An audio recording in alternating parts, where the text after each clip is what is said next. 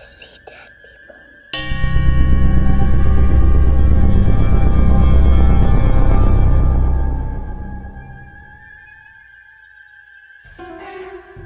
Welcome to Blondes and Booze.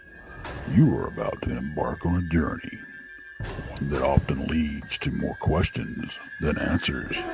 But fear not, your host, Krista, Aaron, and Brandy have the experience, the perseverance, and yes, even the gifts to pull back the veil and allow us to glimpse the other side. They will share not only their experiences, but will introduce you to world-renowned researchers and experiencers to help you find answers in the murky waters of what we call the paranormal. Their bonds with each other reach far beyond friendship, resulting in a pull no punches approach to the many subjects they explore. Their goal? To open eyes, hearts, and even minds to what lies on the other side, and the answers residing there.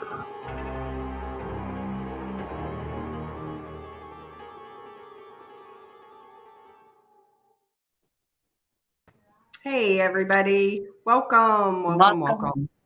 Welcome. It's Thursday night. Like the week's not over. Dang it. Right. Darn the luck. I know it. How are you today? I'm good. I'm just getting real tired. I mean, I got spoiled and got 3 days off last week, and now we're working the full week again. And I'm like, oh my goodness. Right. I hear you. I'm with you on that. I've had a long day, and I'll tell you about it later off camera. Okay. However, it's like, uh-oh.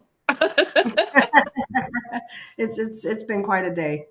Anyway, want to thank everybody for tuning in, and once again, it's hard to go through the chat because I'll miss someone, but I'm going to try to do it. So anyway, Tex, you're in there. Yay, you were first. I see that. Gary Spike. Be Kind is in the house. Daryl Denton. War Criminal 7. Crystal J, hello. Titan 70. Scott. Terry, our buddy Terry. She's in the house. Paranormal Pixie, Laura. I don't know if I said Scott. I might have. I think I did. There's several out there, and I just refreshed again. Spooktator Bob, C. Campbell, Glenn. We appreciate everyone. We do. And if I miss someone, I really truly don't mean it. It's just my computer refreshes, and it refreshes all the names. So once again, I apologize. So Brandy, you told me that you're trying to hurry to run through. Right. You told me that we have a surprise, that you have a surprise. We did. We do actually. My sister-in-law had sent me something, and I was like, what is this? So I looked at it, and it came with a note, and it says, to the Blondes and Booze, and it's to the effect of, I know that things get tough and you want to scream and yell, but I hope this helps, because the show must go on. So what she had sent us is called a Damn It doll. And I am not kidding. I'm trying to get it up there, if you can see that. We can't see the word. It's a Damn It doll. Yeah, it's real small. But what you're supposed to do is you're supposed to hit stuff with it. Perfect. I could have used that today. So when you get mad, you hit it, and you just yell, damn it, damn it, damn it. Perfect. I'm excited. Now Krista has got her very own. You can see the colors on the back of hers. But yeah, she's got hers too. I need it. I needed it today. Paranormal Pixie says she's got one too. Awesome. I'm looking forward to it, honestly, because so after the day I've had. Yeah, so I promise I won't use this on anybody. We won't use it as voodoo dolls, right? No. No, Krista. Okay. Maybe. Maybe. That's funny. You want to tell everybody So what to watch? anyway, We'll get our yeah, guest up. right. Because I'm excited about this. Well, on Monday nights at 6:30 p.m., you can watch Texas Front Porch with me and Tex. Starting May 1st, you'll be able to watch that at 7:30 p.m. Nothing else on any other channel is changing. Just Monday nights, May 1st, Texas Front Porch will be at 7:30 p.m. On Tuesday, Van Buren Variety at 7 p.m. Central. 8 p.m. Central will be Beyond BMR. Wednesday at 8 p.m. Central, you can catch Jason McLean's Questions Everything. On Thursday at 12 p.m. Central, it's Brunch with Bigfoot Michigan Rob and our very favorite Krista over there. I keep doing that wrong. Over there. And Thursday nights, of course, at 8 p.m. Central, you can catch Blondes and Booze. And if you want a little bit more, Friday nights at 8 p.m., you can catch Blondes, Booze, and the Woo. And on Saturdays at 2 p.m. Central, you can catch Infamous Minds with Tex and Danielle Diva. And actually, it's a special this Saturday. They're going to go live. So make sure you tune in for that. They're going to be live at 2 p.m. Central on Saturday with Infamous Minds. Yep, I think that'll be a good one. Looking forward to it. Unfortunately, though, we have a meeting. We won't be able to catch the line. I might have, internet problems. Right. No, I got to be at that meeting. You got to be at that meeting. So, however, I am going to bring up Frankie. So we have Mr. Frankie. How are you? Hello. Can you guys hear me? We hear you perfectly. Perfect. Okay, cool. So Raise my mic then so I can hear myself. There you go. Now I can hear you better. Okay, good. So Frankie is a friend. We know him personally on the outside. And he has Haunted Garage. And with a couple good friends that I used to do investigating with, which is Jeremy and Fabian. Yes. And I'm bummed that Fabian can't be here, and hopefully Jeremy will hop on in a little bit. Yeah. I told him the show's gonna go an hour and a half, so so to get his ass home and jump on. Hurry up. Can you curse on this podcast? Is this allowed? Because I know you guys are radio syndicated, so I just don't want to be like we're an easy PG-13. Yeah. Okay. Because I don't want the editor to be like beep, beep, so. Yeah, his name is Randy, so we don't want to upset him because he does a wonderful job. No, we don't want to hear from him unless it's something good. No, perfect. Yeah, I usually ask that question because I've been doing a lot of radio interviews as of late. So you always got to mind your P's and Q's and you don't want to ash can people too much. But Yep, absolutely. Absolutely. Do you want to start off by telling us how you actually got into the paranormal? What piqued your interest? Yeah, when I was a kid, we got down and dirty with a Ouija board, and that got pretty chilling and pretty scary. And ever since then, I think that I think once you cross that veil, I think you always, I often tell people that it's a lot like a slot machine, where if you hit one time on a slot machine, you're always going to want to hit again. And the minute you have a paranormal experience, I think you're always trying to go back and relive that or trying to find another one. And I think that's what really keeps us kind of in that moment of always investigating. And as you know, a lot of times when you are investigating, it's bass fishing, right? Sometimes you get a bite, sometimes you don't. Sure. So it's really about the experience and how you're preparing yourself. From that experience on, which was more demonic than it was, let's say, ghost related, it moved more into me kind of chasing history. And me and my mom, when my mom was more active these days, I mean, she's a little older now, but we would go on trips, and every time we went on a trip, we'd find the ghost tour.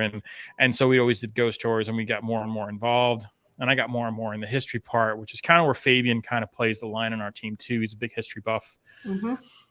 Jeremy as well. Jeremy's one of the best ghost hunters, I think. That I got to tell you, Jeremy, when I first started with our old group, who I won't mention, Jeremy, this was 11, 12 years ago. Jeremy kind of took me under his wing, and I learned a lot from that man. I truly Yeah, did. About ghost hunting, he is incredible. He truly he is.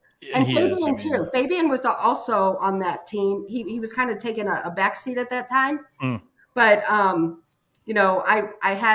investigated with Fabian as well, and they're both good guys. You got a good team. Yeah. I think I'm blessed. I really am. I think that we all kind of fell in line. I think that as your viewers probably know, and you said that you have a huge cryptid audience, which is, Mm-hmm. I think, there here's some guys and girls that are chasing like stuff that's cryptozoology, Right. and that's hard to prove too, right? Because Right. like we don't know how many species of stuff is out there. We really don't. Right. It's not something that we've definitely done Mothman just because we think the story is hilarious. Mm-hmm. It's just and then you go to Point Pleasant, and it's like, wow, their Mothman has dreadlocks, so it's like it's really in cornrows. So it's like, we dabble very little in the cryptid section. We are more into the ghosts and the haunts, but as it relates to transportation, we really didn't want to do. Me and Jeremy have a love of cars, Mm-hmm. since we've been best friends for over, man, it's almost like a decade now. And so the thing with us is like, is it possible? Of course it's possible, right? If you can have haunted objects, if you can have haunted Right. people or possessions or haunted houses, why wouldn't a car be haunted, right? It's the Sure.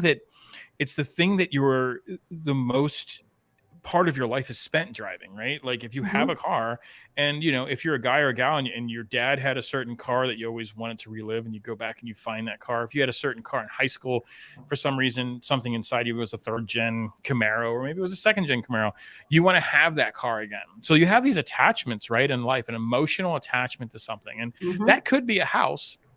Right. But more times than not, when you talk to people, no one's ever like, man, I can't wait to make a lot of money so I can buy my childhood home. It's always, I can't wait to make a lot of money so I can have my dad's SS69 Camaro that he used to have. Right. So I think it was that connection that really kind of brought me and Jeremy to a different spectrum. When we had Graveyard Shift, which was the name of the podcast, which we shared with another podcast, and we decided to kind of take a back seat to them because they had already been established. And so I'm like, everybody does Ashmore Estates, everybody does Waverly, everybody does, Pythian Castle, Mm-hmm. everybody does the big sites. And then you have TV shows that are really exploiting those things as well. Right. So me and Jeremy are like, we have to do something that's not being done. And yes, haunted garage, haunted transportation, it's definitely challenging, but it's just like the cryptid people, right? It's challenging. You don't know what forest this guy is going to lurk in, and you don't know what kind of evolutionary track Bigfoot has, right? So he's different in Florida. In Florida, he's known as the skunk ape. That's where I grew up, right? But then you go into like parts of Missouri, it's Momo. If you go over here, it's something else. So it's just like that with kind of like haunted transportation, finding the train, finding that classic car. And then why is it haunted, right? Why would a car be haunted? Well, I often tell people when they walk around cemeteries that they think they might be haunted. Have you ever walked around a salvage yard? Because people actually lost their lives in those vehicles. Yeah, it So makes sense. when you think about that, it's chilling. It's like, wow, we're walking around people's last moments. So absolutely, there's something definitely with the haunted transportation that we do. And then we find these cars and we try. Yeah. I'm sorry. The first thing that came to my mind is when you were talking about people have passed away in these cars. The first car that came to me was JFK. Of course, yes, yeah, it's a big one too. It's a Lincoln Continental, the limousine, and that's a famous one. It's in a museum. You can actually go and see that car, and it does have a history behind it. It is something that Zach Baggins has tried to own multiple times, but it's more of a museum piece from a presidential standpoint. JFK is still loved. So it's kind of hard to put something on JFK that would be a gimmick. Right. We've been in touch with the museum, but still, I mean, there's got to be something that's clinging on to that. There's a lot of conspiracy behind that death. So there could be a restless spirit there. You never know.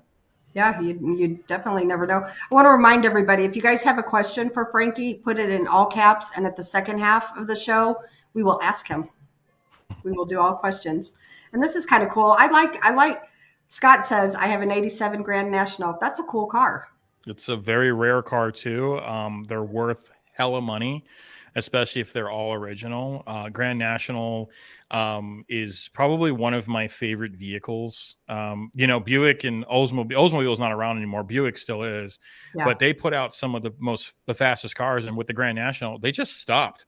They're like, we're going to build Grandpa's car now, and it's like, what? So when you look at Grand Nationals, they are to the wheels one of the fastest stock cars ever made, coming off the line.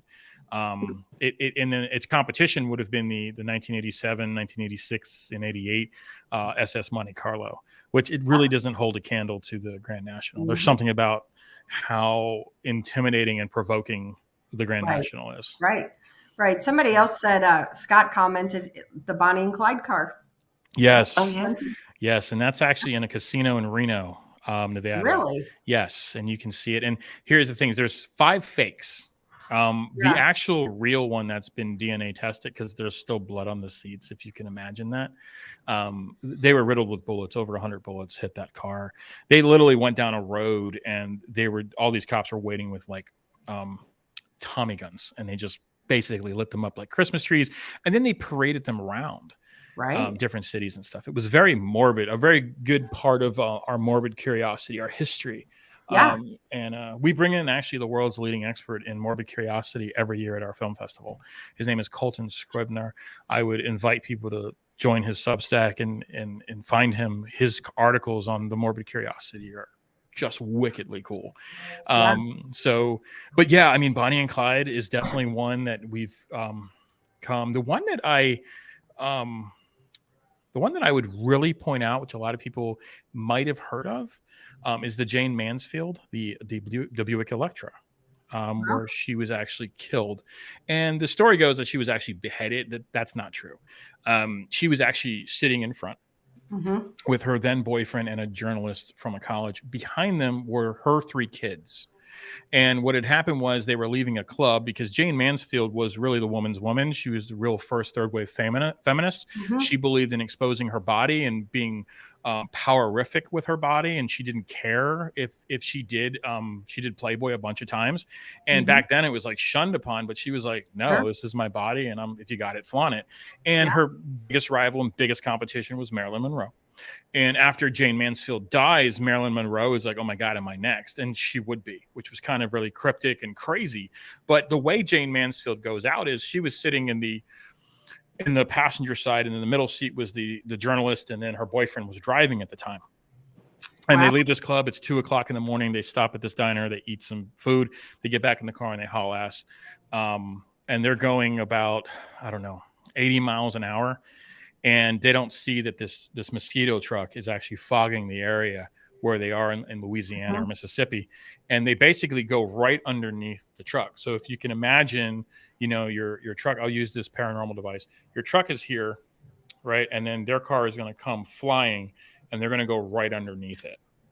And so what's going to happen is the 3 people in the front seat are just dead. They're not decapitated by any means, but they are crushed, and they die instantly. Also, her dog, a Chihuahua, who has a really interesting history too. He was willed to the Satan founder, which was Anton LaVey. Yeah. So he actually did get the dead dog and had it stuffed, and he put it on his mantelpiece because Jane. Oh, wow. And this was going on. This was really the beginning of the satanic panic, which everybody thought. People say it was the 70s and 80s. This is happening in the 60s. You're going to start to see the serial killer emerge because of the highways. So after Jane dies, now her daughter, everybody knows as what's her name? Always get her name. So her daughter is basically one of the lead in SVU. SVU. I know who you're talking about. Yeah. Mariska, I think her name is. Yeah. Haggerty Yes. Haggerty, Okay. yes. Yeah. And that's her dad's name. So that would have been, all 3 of those kids were his kids. And so she's famous today, and she has talked about her mom's death and the accident. It's very traumatic for her because they all survived it. But if you're driving around tomorrow and you're on the highway, please don't be on your phone. But if you do see a semi truck, I want you to look at the back of that semi truck, and then I want you to focus your eyes a little bit down. You're going to see a bar, and that bar is going to have white and red on it, and that is known as the Mansfield Bar. And it's because after her accident, the DOT and the Department of Transportation decided to instill in every semi truck to put a Mansfield bar to prevent these accidents from happening. If you have a deuce and a quarter, which is known as the Electra in the car community, it's known as a deuce and a quarter. We actually have one at the shop right now. It's for sale, 1970. It's absolutely beautiful. It's got 28,000 original miles on it. It is a convertible. And when you look at this beast of a car, that hood goes on forever. So the impact that these people had they been in any other car, those kids would have been dead too. So it just gives you this perspective of like, now that car is hopped around. It was paraded around.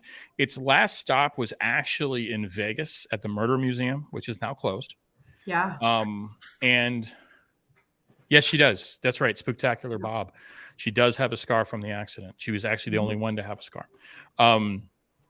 She has talked about it, which is kind of cool. But, you know, at the same time, like it right now, we believe the car is in Missouri. We believe that an owner, an exotic car owner does own the Mansfield Electra.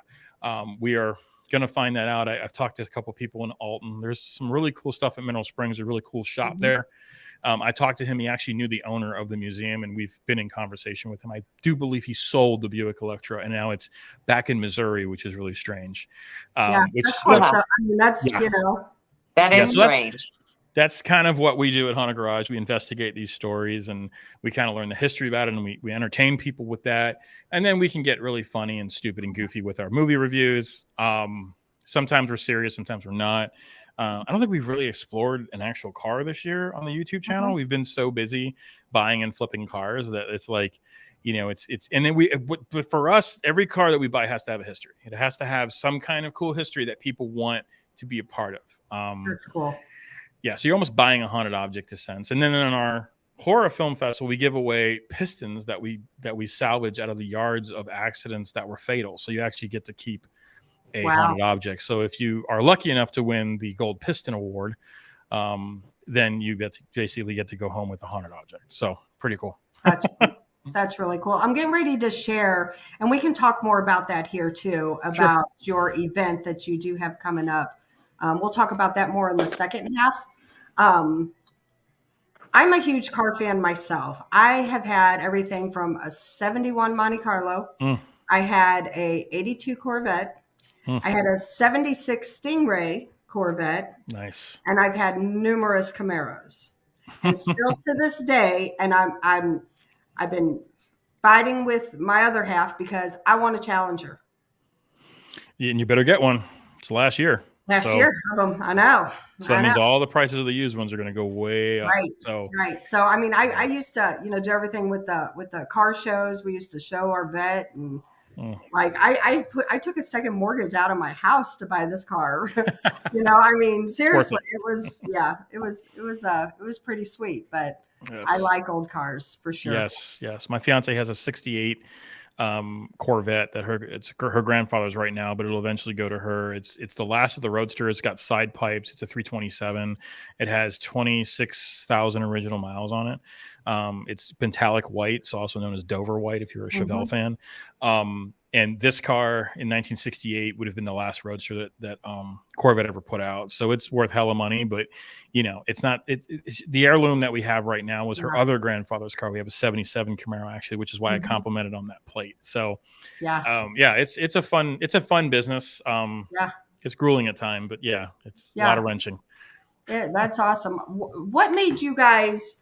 Okay, because you know, like the paranormal background, obviously we've investigated the whole 9 yards. But what made you guys like decide to start a podcast and talk about it? Because honestly, this is pretty interesting to me. You know, I mean, seriously, who would have thought cars and hauntings?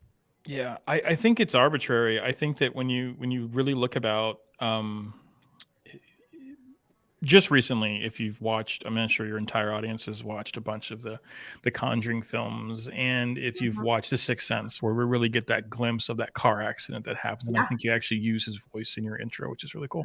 So I think that that part while I'm talking to her outside. Like that is one of like, and this is M. Night Shyamalan's probably finest moment, finest hour. I love him to death. I'll watch everything he does. I think he's an incredible director, but this is his final hour. This is his finest moment, I would say. And when he does that, I shit you not, I'm a horror guy. I will watch anything. I probably hit the ceiling with those jump scares. And he really, really creates the jump scare. I mean, he really, really messes with your mind in that film. And so I guess when you look at that, and when you look at The Conjuring, when they're parked by the graveyard, I think it was part 2 or 3, they're parked at the graveyard, the car stalls, and she's sitting in the back seat. And it's like, dude, like that's the type of stuff that like we're after. At the same time, we do know that a person's possessions can be quite uplifting, that into the next world, that you're kind of still holding on to them, but maybe you're holding on to them for a different reason. Maybe you'd never got to that car, that project car that should have been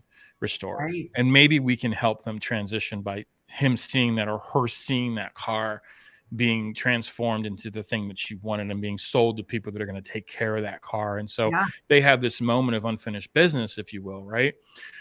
In fatal accidents, there's really not much to it. I mean, if you look at the Tupac auction that happened recently, his BMW that he was killed in sold for $1.7 million. The whole car was redone, but the owner said, leave the bullets.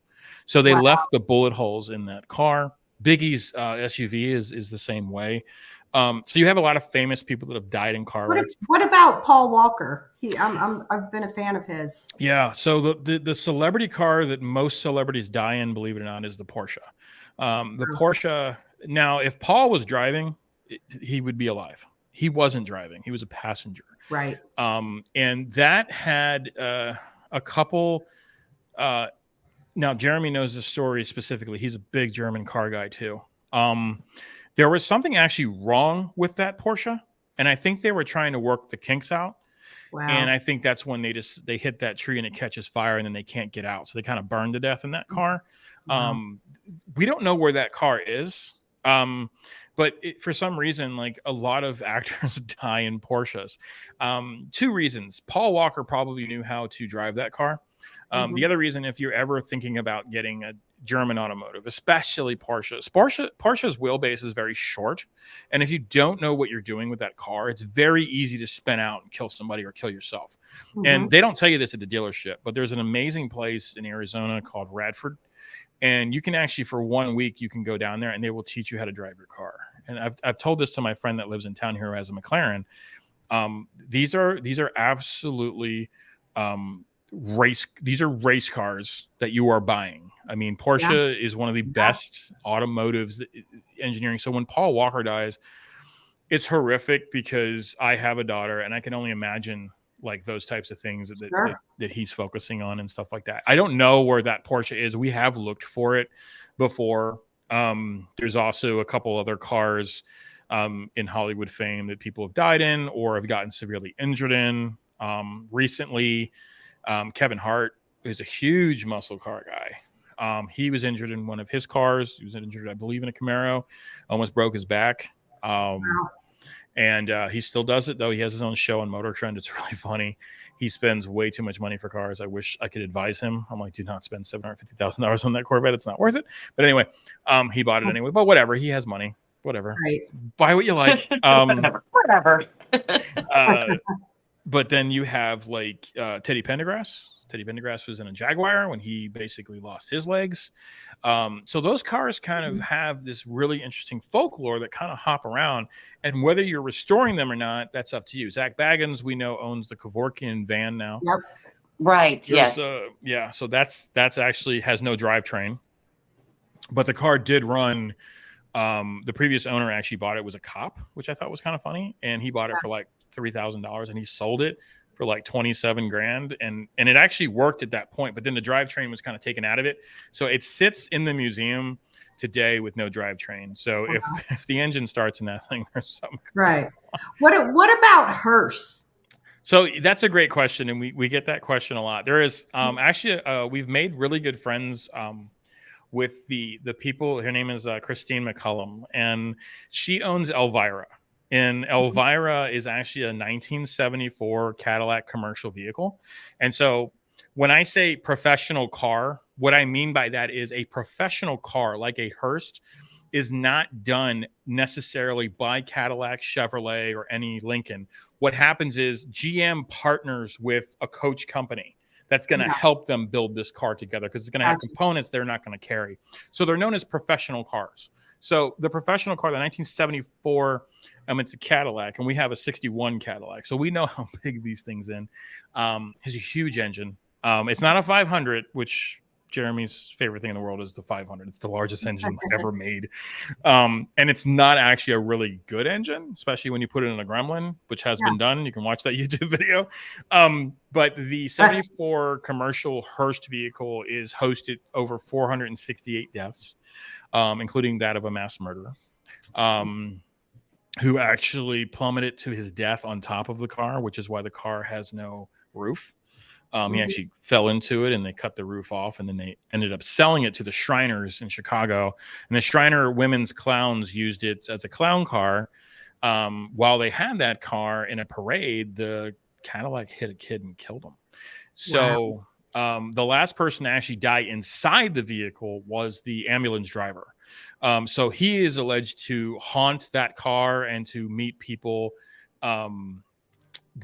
So when you look at like that history of that car is interesting, right? We do our own digging, and we try to tell them like, hey, like some of this stuff isn't adding up, and those are hard conversations to have, because when you're doing anything with transportation, there's a record, man. Like we can look that stuff up, and that's the beauty of VIN numbers. Houses don't necessarily have that type of record, or a realtor doesn't have to tell you that information, that there was a mass murder in your house 10 years ago.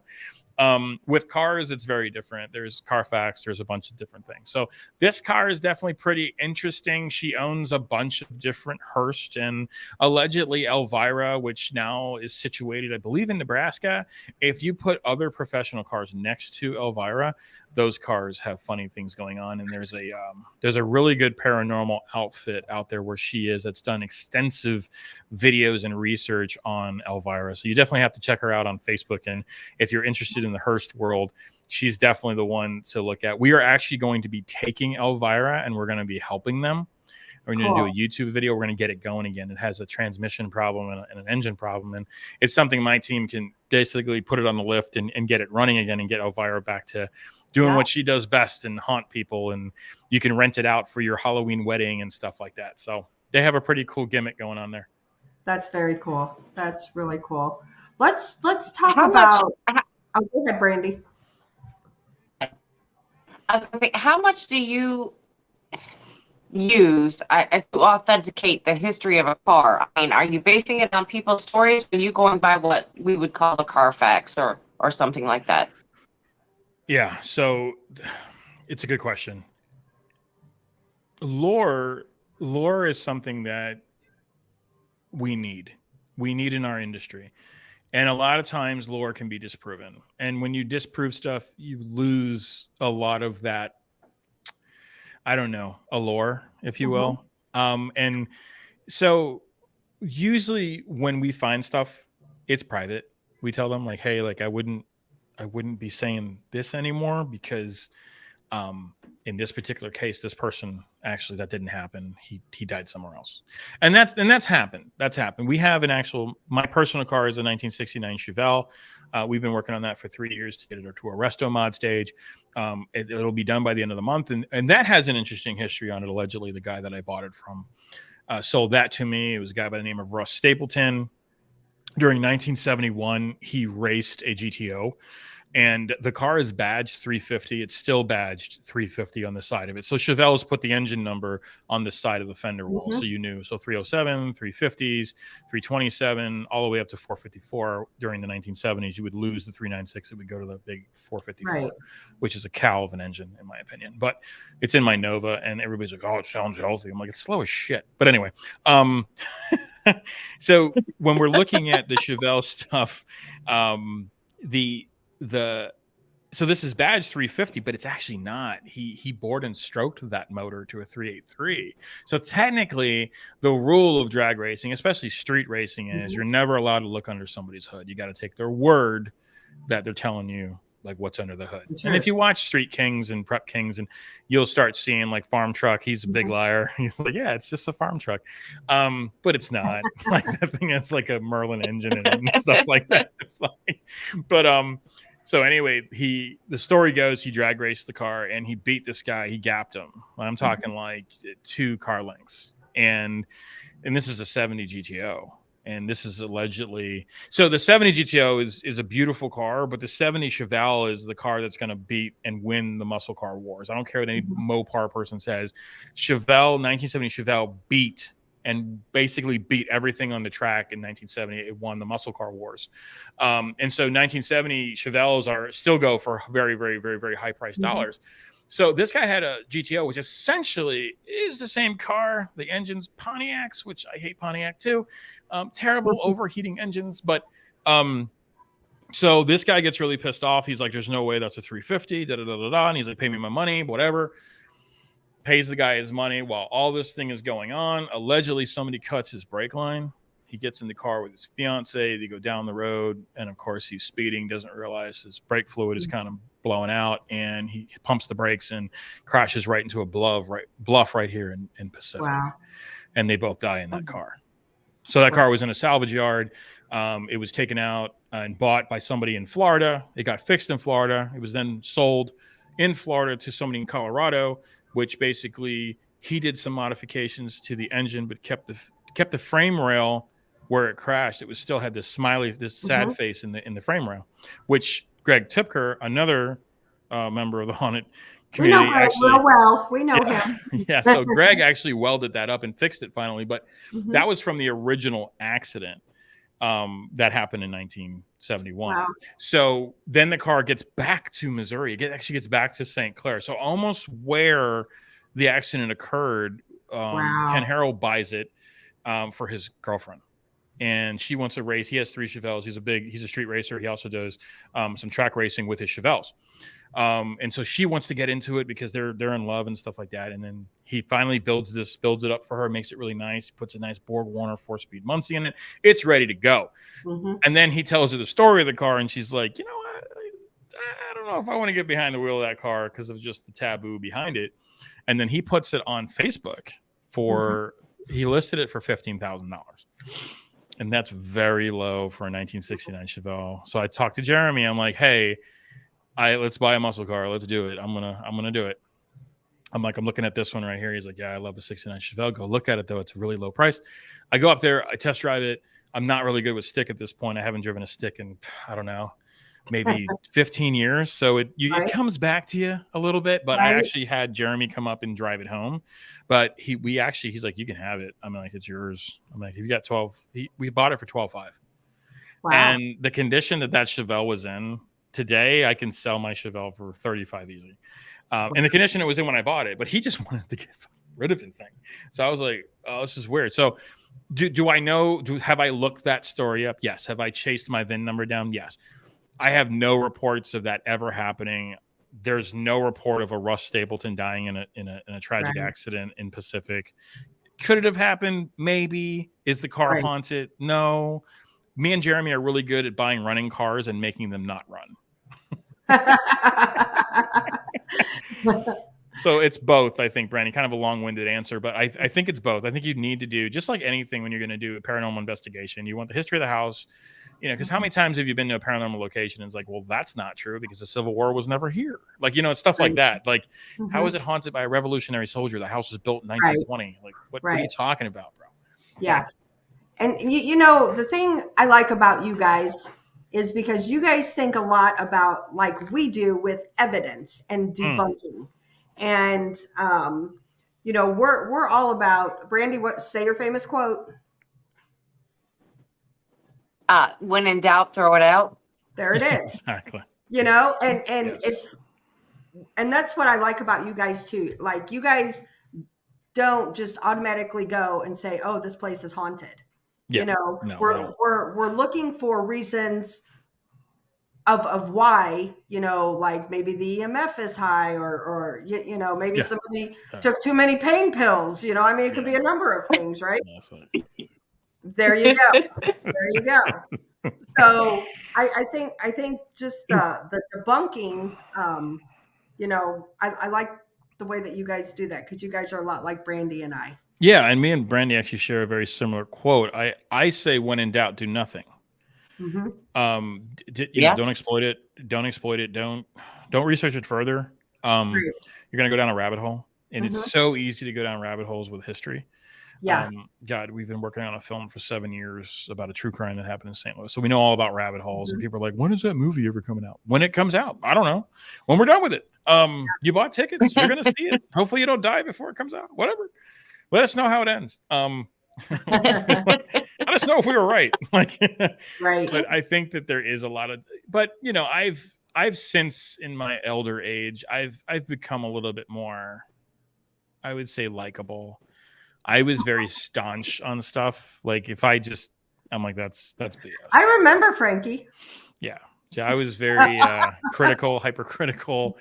I've since tried to calm her down because I don't want to take. I think that the thing that Jeremy, and this is why I love him to death as a brother. Everybody loves Jeremy. You can not get along with his friends, his girlfriends, his wife. You can get his family, but you'll always love Jeremy. That's Mm-hmm. the type of thing about Jeremy. Nothing against his family or his wife or girlfriends or whatever. But I'm just saying, there's nothing that he's the only person that even if you had a terrible falling out with somebody that he's close to, you'd still be friends with him. Yeah. And when I left PTF, or I guess I was kicked off the team or some whatever it was, I told him don't you dare leave the team. Mm-hmm. That's not your call, man. We don't run our show that way. Because we got into it with a guy, KD, who was doing God helmets. Mm-hmm. And I simply just asked this a couple questions about the device that he's creating, which is not his creation. It actually comes from Canada. It's an actual real doctor that did deprivation therapy. So mm-hmm. One was the art of silence, the art of EMF being pumped into your brain, causing tiny explosions, which can cause hypercritical strokes, which has been proven. So when you're putting something on your head and you're seeing stuff, mm-hmm. It might be the strokes that are happening in your head mm-hmm. with the small explode. It's funny. It's I try to often tell people well, if you do LSD, you're probably going to see something. Whether that something's real, only you saw it. That's true. In the case of the God helmet, which was kind of a heated topic when we had Graveyard for a while, and Jeremy gets right in the middle. Jeremy didn't say anything. He didn't say anything about Katie or his wife, or Katie or whatever. He didn't say anything about them, and it was me. I'm I have nothing against these people. I think they're cool. They're in our field, but you can't say that something works without the scientific method. I'm sorry. Mm-hmm. I want to believe in ghosts too, bro. But here's the funniest thing. When you go on ghost hunts, new ghost hunters will whip this thing out, right? And they'll see something, oh, it's lighting up. Oh my God, we're getting. Right. But what are they doing? They're looking at the device when they should be looking around them. Because the ghost is juggling. Hey, I'm right here. Help me transition. But mm-hmm. No, you're oh my God, all the lights are on. Something's happening. I'm look around, bro. This is a tool that we use, right? It's cadaver dogs with forensic science. Cadaver dogs are tools. They can sense decomp, but they're not going to find the body for you. They're going to sense that something happened there. So that's where we get into the debunking debate and stuff. Are these tools useful? The OG and the SB7T, right? The old spirit box, mm-hmm. the most annoying thing on a ghost hunt. Yeah, the white noise.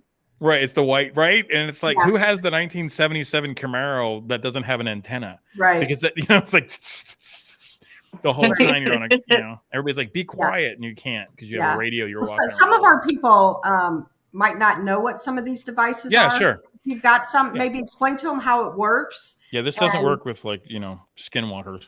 Well, maybe it does. I don't know. But yeah, so this essentially, you spend money on this, and this I always buy from what is it? The Ghost Shop. They're in Orlando, Florida. Mm-hmm. They basically have a lot of 3D printers because most of their stuff is a little dodgy. But this is actually a spirit box. And what happens here, it's actually an AM/FM transition radio. You can actually listen to the radio. I've actually had this in my garage just playing at times, not trying to find ghosts. But you can scan through it, and the static white noise is alleged that ghosts can actually talk like the poltergeist, right? Which the whole thing is based on, white noise. They can communicate through white noise. So this is how the spirit box gets its birth. Right. So the white noise is something that like we look at. And so let me clarify it from the scientific standpoint, because that's huge on my team. Me and Fabian are obsessed with it. So what is white noise, right? So white noise essentially is all the noises. It's everything together that creates the static. So it's people eating with fine china in a restaurant with music playing, with the chef sizzling something in the kitchen, with the radio playing in the same restaurant, the cars outside, the trees, the wind, the rain, everything is going on at one time. And it's just, and that's what it sounds like when everything is going off at one time. It blends. And so within that spectrum, it's alleged that a ghost can say and use the radio frequencies from other channels, kind of like Bumblebee and Transformers, and give you a message. So once again, very incredible creatively idea. Do I believe it? On a scale from 1 to 10, I'm probably at a 2. I've never really seen this thing, show me something that's like, oh, that's pretty creepy. And then you'll go into real quick about the ghost box. So there's a bunch of different ones too. Right. There's a bunch of different ones. What is your views on? So Brandy and I went to a location. We're actually out looking for cryptids, and she has a ghost box, and it was playing, and like we heard our names there. That was all sitting around the campfire. So what do you think it was that how our names were said? Well, Brandy has one of the hottest names of all time. Like, who doesn't like a Brandy, right? Every Brandy you meet has like Swiss Miss braids, right? But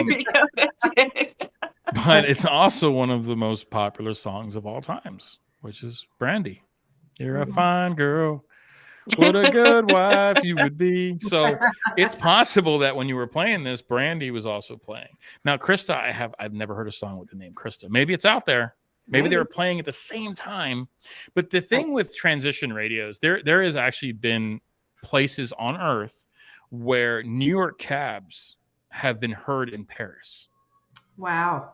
So there's a science behind the white noise. I wouldn't rule it out. And in most cases, before I'd rule it out, I'd kind of rule it in. Like, that is kind of strange. Like, why would our names be mentioned, right? You're in a forest, right? And when people, right. And so when people try to tell me, well, we went to Nevada and we visited the Blackfoot, and we went to the Indian burial ground, and I just start laughing, and they're like, why are you laughing at that? I said, because if you're in America, no matter where you are, it's an Indian burial ground. So it is possible that, these spirits, especially with people, the Native Americans, which were very connected to Mother Earth. That's why the skinwalker thing is like, I'm really on the fence with. Like, that's a possibility, man. Like Native Americans typically aren't superstitious people. They lived with the land. They understood like what was right. They understood the circles of life. Even Bigfoot, there was an actual tribe near Saskatchewan that actually had drawn. It's the only one to memory that I'm recalling right now. They actually drew on a cave painting an ape-like man. It's on a crate. So, are these people like, we know that the Neanderthal was at the same time that Paleolithic man lived. We do know that. The only difference is Paleolithic and the hunter-gatherers moved where Neanderthal didn't. They didn't have the know-how or the brains to move, where Paleolithic people were like, well, how come they never died of plague? How come they never died of malaria? How come they never, how were they able to make it around the entire globe during the Ice Age? Well, the difference between, and this is getting a little bit more into the evolutionary track, but you need to do this if you're going to be a really good ghost hunter. You have to understand like how not only our biology works, but how our evolution works. Like, there's strengths and weaknesses within us. And so the best thing that I can relate it to is that if you're on a diet, your body doesn't know it's on a diet. Your body doesn't even know it's living in 2023. Your body's evolutionary, right? So there's just some fun stuff that's happening with you when you're doing ghost hunts. because it's something that the almost every ancient religion or tribe or culture believed in spirits. They had brujas, they had witches, they had mystical creatures. So it's like we're all just lying. We're all just going to make this up. Like a Native American never met an ancient Greek, but they somehow have mysticism. So it's like, you know, whether it's an invention or not, it's just pretty interesting that our brains kind of like all sync, and maybe it's good creatives think alike. I don't know, but you know, from the perspective of if your names are being called out, you're true believers. Maybe you want that to happen, right? Because we always have pareidolia. You have to lend the credence to a lot of the more scientific stuff, right? The pareidolia. You hear what you want to hear. You see what you want to see. Right. So if you're in a haunted place, maybe you are manifesting it. Maybe it really is there, because that's the thing too. Like you can manifest your dreams. You can manifest money. I believe, I'm a believer in this because I'm an exact reason of that. But the thing about manifestation is you can't manifest up and sit on the couch and watch American Idol. You literally have to work at it, but you have to work toward that goal. Like what you guys did. You were told this is never going to go anywhere and and now look where you are, right? Station, but that's also working at something. Right. When you're ghost hunting, when you're looking for cryptids, I think the thing with Bigfoot, and there's so many, as you guys are the experts on it, but the things that I've read on it, I find it interesting with your community and the people that listen to your show.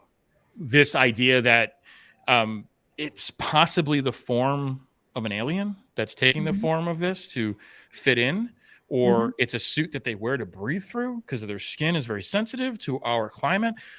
There is some interesting ideas that come out of this, and I think that if you're a non-believer and you want to be the world's most boring person and be an agnostic atheist, because I mean, how narcissistic are you to think you're the only one here? Like that for me is the funniest thing in the world. It's like, oh my God, did you really think like this is it? Right. Is this really it though? Like you really think that? Like we're doing all this crap for what? Just so we can die? Like, nah, bro. There's got to be something more than that. And so the agnostics kind of have given a little bit like, all right, well, maybe. But those are the people for me that always experience stuff. Right. I think that if you're a real believer, you block out. Yeah. Well, we're coming up. We've got about less than 30 seconds before we have to take our break. But when we come back, I want to talk to you about the SLS camera. You know, I have my doubts, but then again, there's other times where I'm not so sure. So, we can talk about FLIR too. So, yes, FLIR too. Yes, absolutely. Yep. Awesome. Guys, stay tuned. We will be back in 5 minutes. We'll see you in 5 minutes.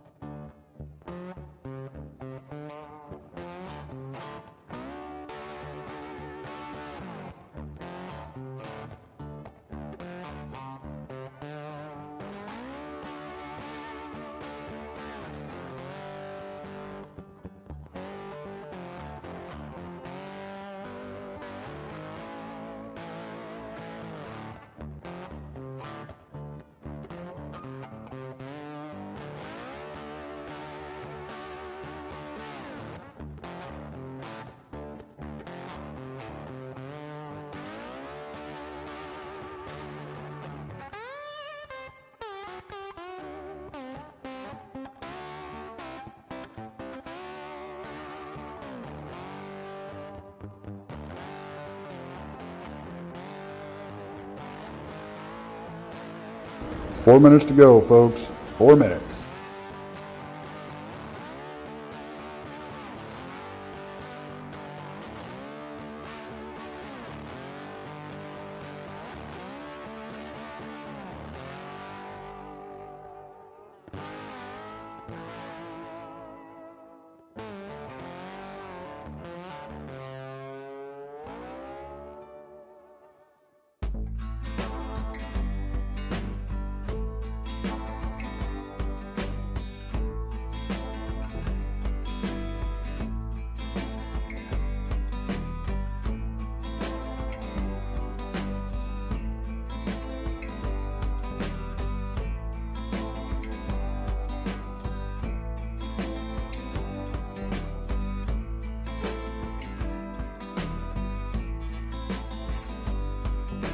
3 minutes. We're almost there.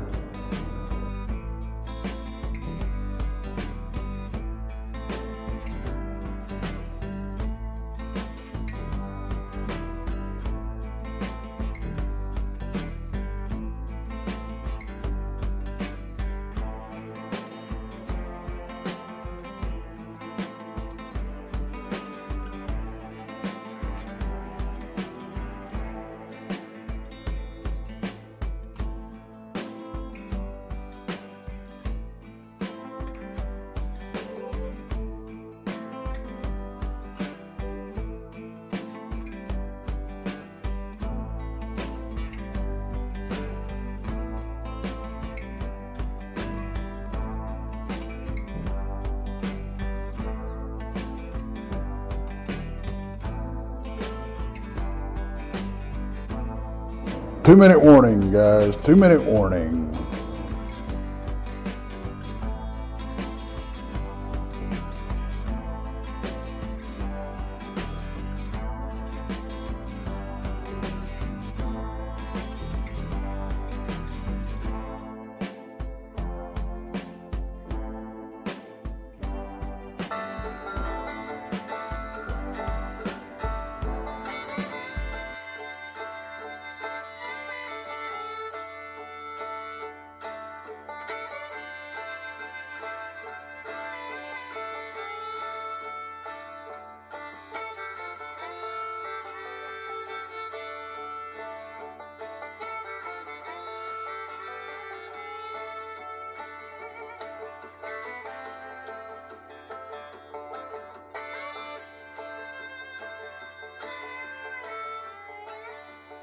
One minute. 1 minute.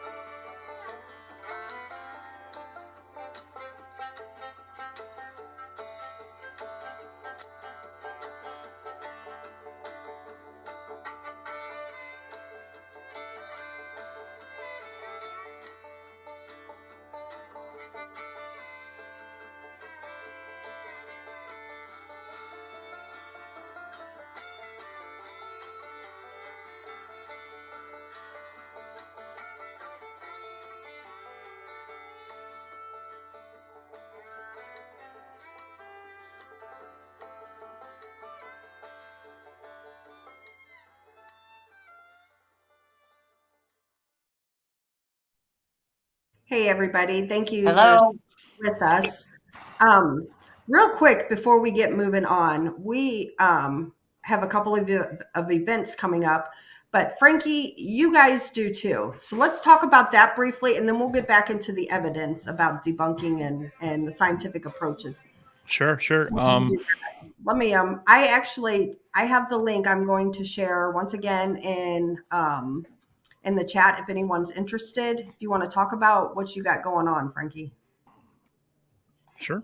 Yeah, we have the Haunted Garage Horror Film Festival that we've been putting on in St. Louis for 3 years. And each year we've gotten bigger, we've grown. Last year we had really cool guests. We had Jeff Bissetti, who wrote big famous writer, has won the Triple Crown of horror film writing, big script writer. We're actually producing a film this year together. I'm being his line producer. It's called Murphy's Gulch. I'm really excited to be working with him. We also had Brian Hillard, who was the senior makeup artist on The Walking Dead, and he created a zombie in front of everybody. Cool. So we have workshops, we have stuff like that we're going in. This year, we're going to invite a couple people to talk about paranormal. To give our writers and our movie makers some more information about how they can make their scripts a little bit more real, a little bit about what we do, because a lot of times they get it wrong. It's like, it's not really Ghostbusters is still one of the best films for learning how to ghost hunt. Right. So when you look at what we're doing there, so we have short films, we have microfilms, and we have feature films. We're going to have some vendors this year. We have a full liquor bar, and our bar is actually themed after the past winners of our feature films. So you can have, like, you know, A Town Full of Ghosts is going to be That's awesome. it's going to be like, I think they're going to make it with a the ghost. Are you guys there? Okay. I'm here. You can do basically whatever you want to do. Watch films. You don't have to watch them all. You can watch just as micro shorts, Mhm. features, or whatever. So yeah, it's October 5th through the 7th. You can actually buy tickets right now. It's a Haunted Garage Horror Film Festival.net, I think. No, it's Yep. Haunted Garage Horrorfest.com. Thanks. There you go. And then our link is hauntedgarage.net, which we haven't put it up yet because we got to Yeah. get our dealers. Well, if you need any ghost speakers, you know, you got Brandy and I. We've done I this. know. I'm thinking about it. I'm thinking about doing a ghost day where just a bunch of people just come. I hear you. I hear you. So we have. I think he's freezing up a little bit. Yeah, that's kind of weird. Are you Yeah, there, but- Brandy? Can you hear us? Okay. Yeah, I can hear you. Close up on us for a second. Yeah, it's just the ghost. It must be. So, anybody interested? It's in St. Louis area, and come and go to it. I mean, I think it'd be great. Anybody that's into horror films, ghost, any of that good stuff, come on. Because honestly, Brandy and I are kind of thinking about maybe going, huh, Brandy? Yeah. It's a close one for us. I know it'd be the closest one for us, so that's awesome. Blondes and Booze, we have a couple of events coming up. The first one is this one here. It's the Alabama Bigfoot Conference. We will be there as vendors, and our very own Texas Front Porch, he will be there speaking. So that will be a fun one. We're looking forward to that. And the one that we're really looking forward to is this one at Malvern Manor. We have Josh Hurd, who owns the place. We have our friend Terry Mosby is going to be there and do a little UFO and hopefully maybe some CE5. And then we have Dr. Rebecca Foster, who is also going to be there. So tickets are on sale now for that through Eventbrite, if anybody's interested. So we've got more events coming up, but we'll just share those right now so we can get right back into debunking evidence. Yes. Well, one thing I wanted to touch on real quick is for anybody who doesn't know, Texas Front Porch, Blondes and Booze, and Bigfoot Michigan Rob all have Facebook pages. Go ahead and go there and like them if you have Facebook. Sometimes you'll get little special extra stuff in there that we don't normally share on YouTube. So go on over there and give them a like. Yep, absolutely. Absolutely. All right. Let's go back and talk about the next piece of equipment. Let's save the FLIR for last because I know a lot of people in our audience are Bigfoot people, and a lot of people use the FLIR for Bigfooting. So let's save that one for last. Yeah, I actually own a software company, so that is kind of where a lot of my debunking comes in. It's not just me having a problem with something; it's actually me being an engineer. And it's like working with engineers and then some of the science. For me, science is everything. And like, that's why I don't understand what's wrong with the world. I won't get political, but science is everything. And until you can disprove it, it's still what we go by. That's the whole point of science. Science is supposed to come down from that mountain when it's like, okay, something better is out there, right? It's how we advance our civilization. It's how advanced we equipment, even with cars, how fuel works, how a lot of people don't know how an engine works, right? And you need three components. You need air, spark, and fuel. That's it. It's a bomb. It's a combustion. It's combustion. Mm-hmm. Yep.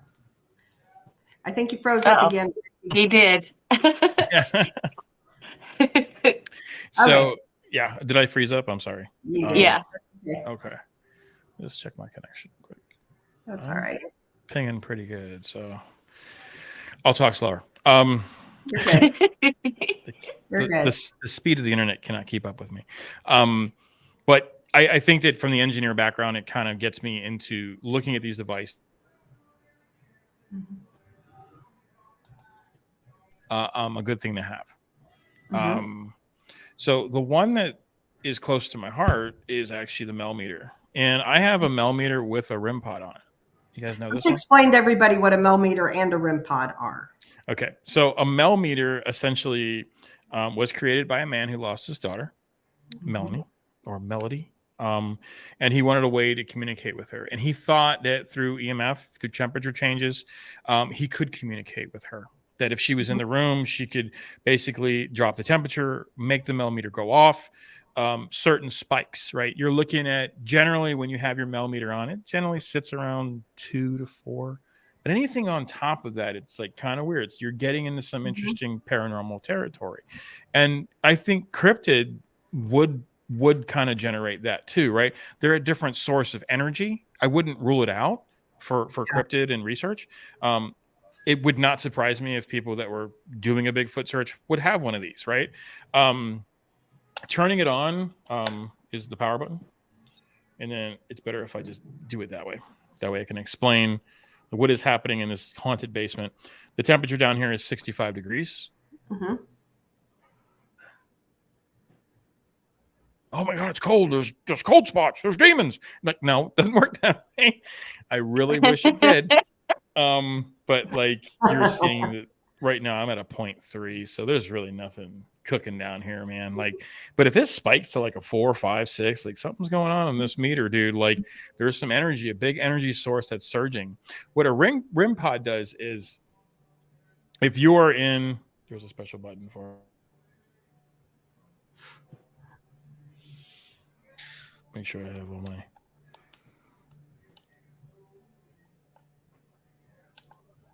Sorry. You're good. Might be the battery. I'm thinking. It's your ghost. No, that never happens. Yeah. Batteries never go dead, ever. When you need them. Oh, of course. I mean, but there is there's here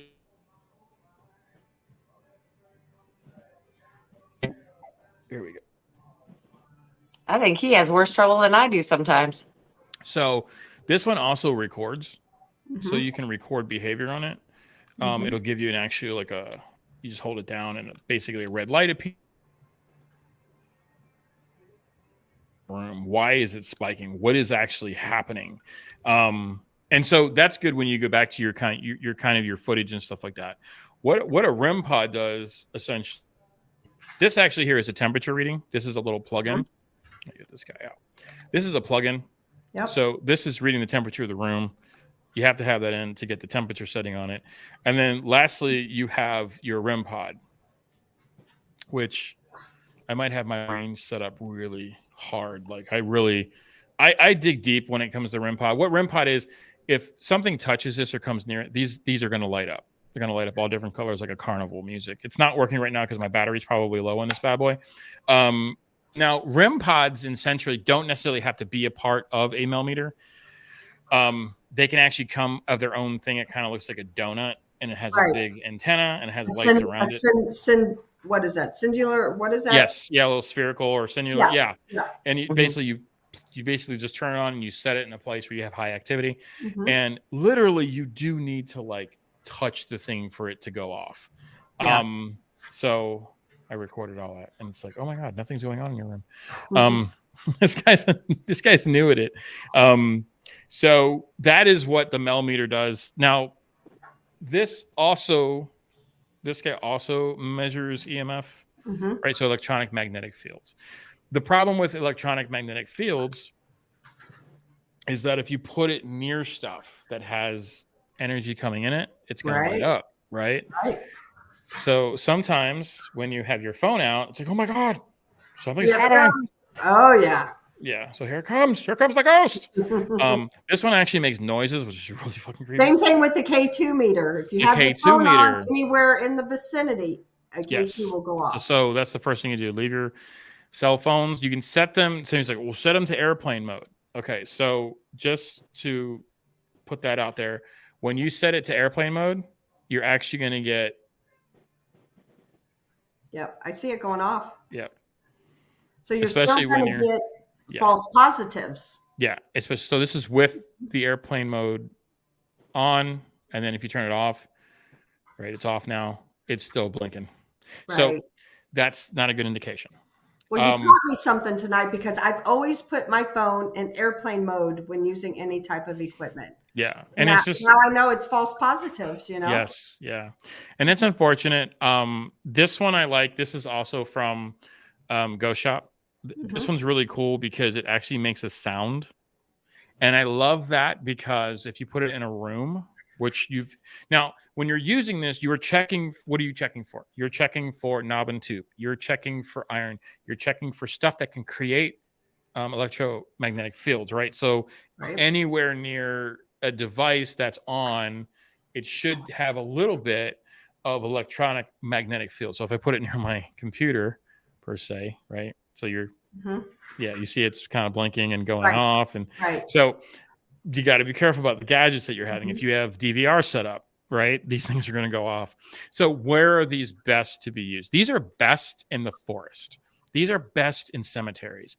These are best used in a house that doesn't have electric anymore and never had electric. It's a log cabin.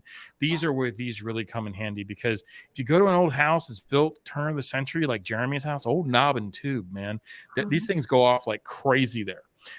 That's the big gimmick over at the Crescent Hotel. If you go down this one hallway, it'll light up like a Christmas tree because all the freaking conduit is like exposed. It's like, well, of course it's lighting up. It's like it's electronic magnetic field, bro.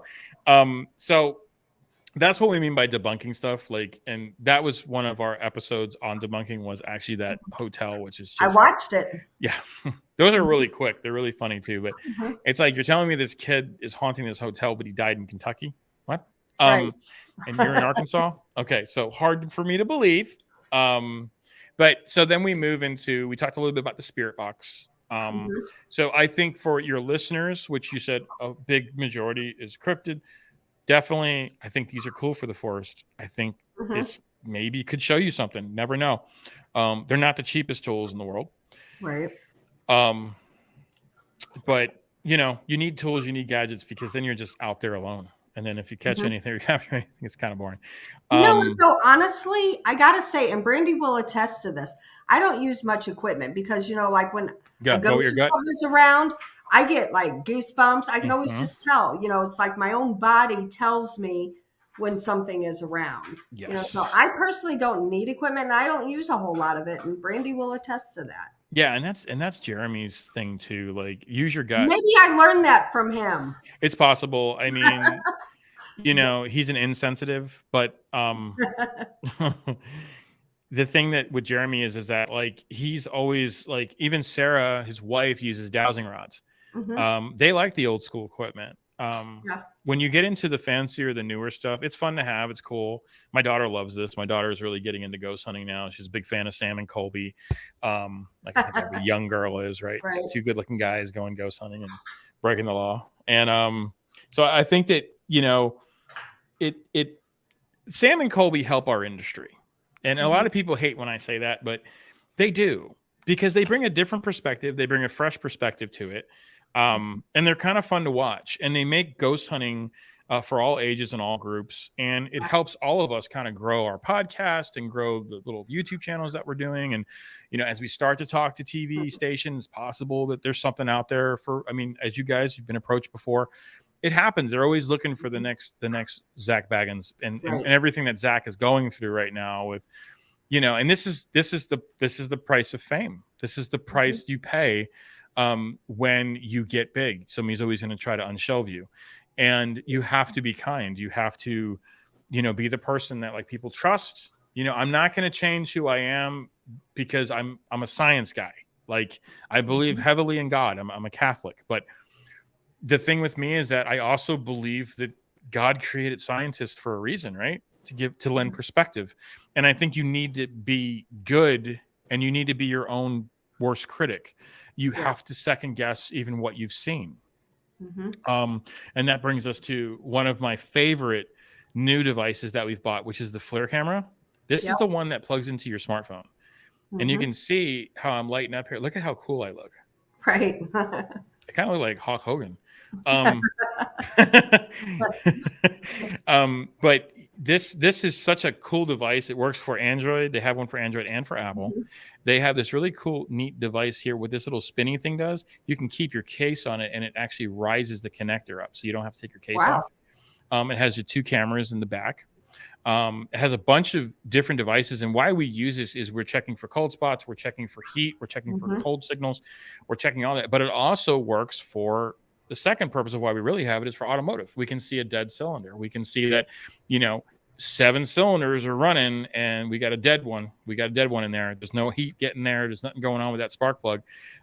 So There's a huge automotive, all our wiring, you can, oh my God, I turn my classic car on and every time I wake up in the morning, the battery's dead.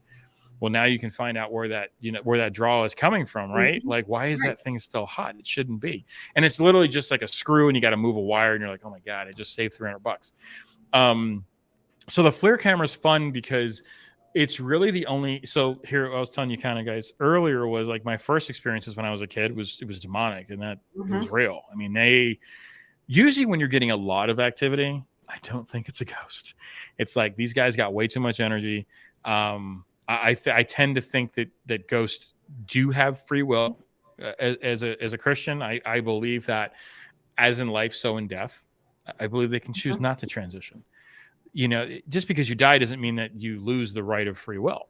So, but once again, it gets back to the science conversation. Why I believe in that is because of thermodynamics, right? Thermodynamics proves that energy can neither be destroyed. Okay. So we're dying, we're energy. We know that. And you can see it. You can see the energy just raging in my face right now as I look like Hulk Hogan. That energy one day is going to become something else. It's going to go somewhere. Maybe it returns to the stars. I don't know. But like, no matter how you cut it or you look at it, you can't disprove that, right? Because thermodynamics prove that energy cannot be destroyed. Right. You can create it, but you can't destroy it. So once again, there's a scientific aspect to everything that we do.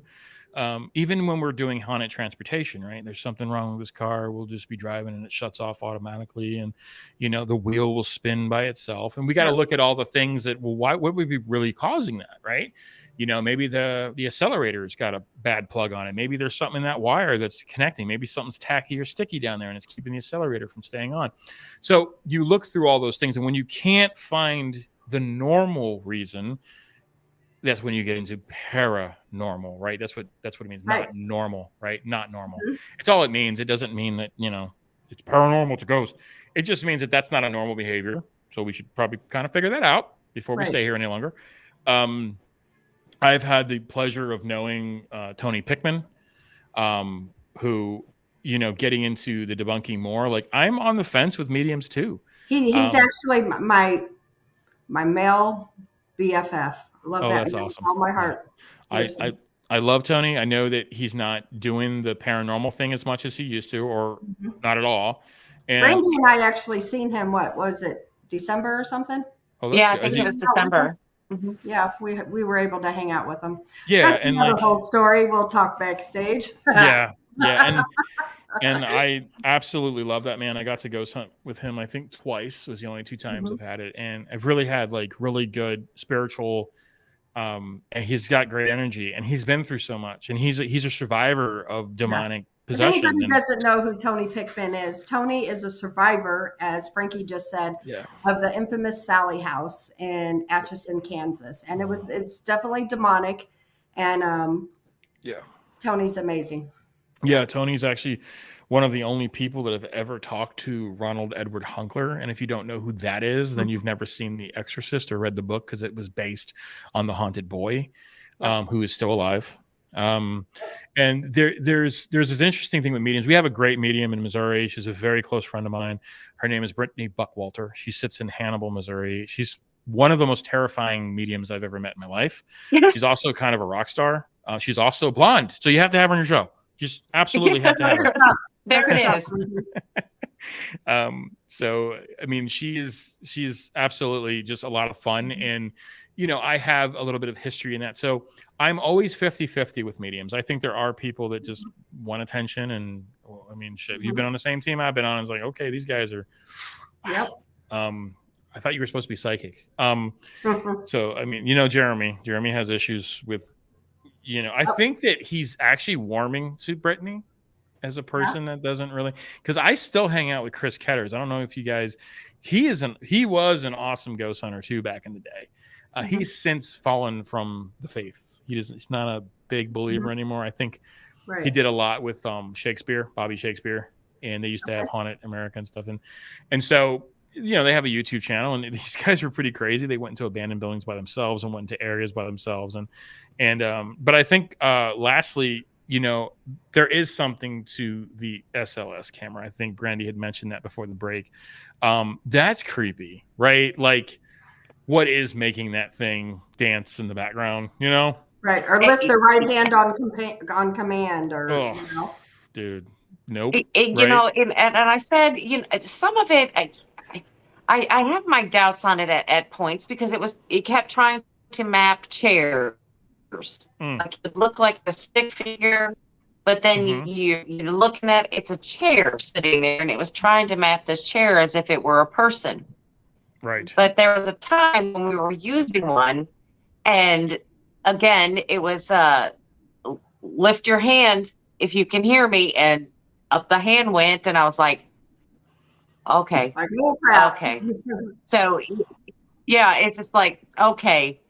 Um, to me, it It, just it seems a hey, little bit harder to Brandy, work because when you're looking at it, it's not like you're looking through a lens at something. It's like it's Yeah. turned around and flipped, and it's kind of complicated to use until you really get hey, used to hey, it. Brandy, Hmm. you might want to explain to everybody what an SLS is. Oh yeah, For those that don't It's know. Connect, essentially. Yeah. go ahead, Frankie. Go ahead and tell them about it. So what it does is actually, from a sign, it's actually one of the coolest things. It's actually a Microsoft technology, but then Sony perfected it.